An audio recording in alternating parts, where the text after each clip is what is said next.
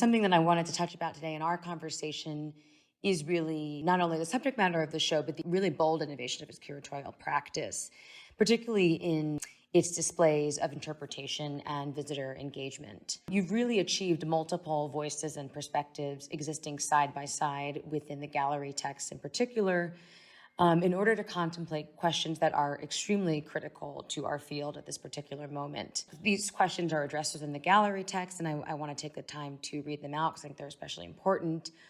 Who narrates history? What is representation? What is abolition?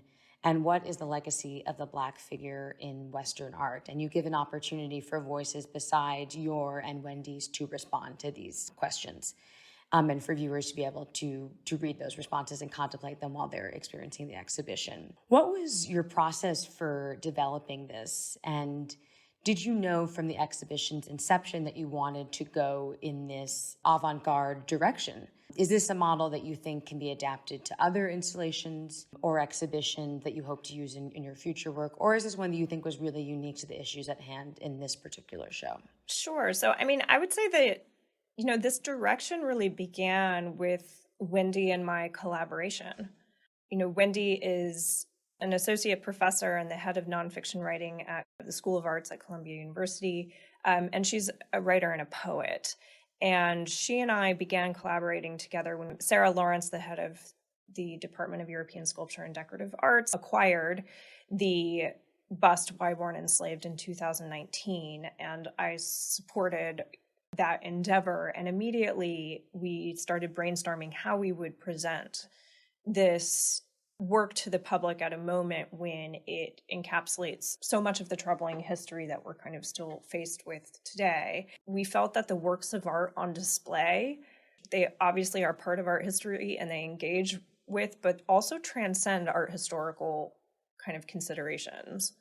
The works of art kind of resonate on all of these different registers because of how important the conversation about representation is today to our current, social and political landscapes. And so we wanted to bring that to the fore. And so it wasn't with an idea of, let's do something innovative, or let's do something, you used the term, not me, avant-garde. It was really just how can we allow these works of art to register with our visitors on different levels. I think one of the most important components of this exhibition in this respect is really the concluding section in which the multiplicity of perspectives is opened up even further to visitors who are invited to write their own responses to the same questions that you pose to scholars and artists.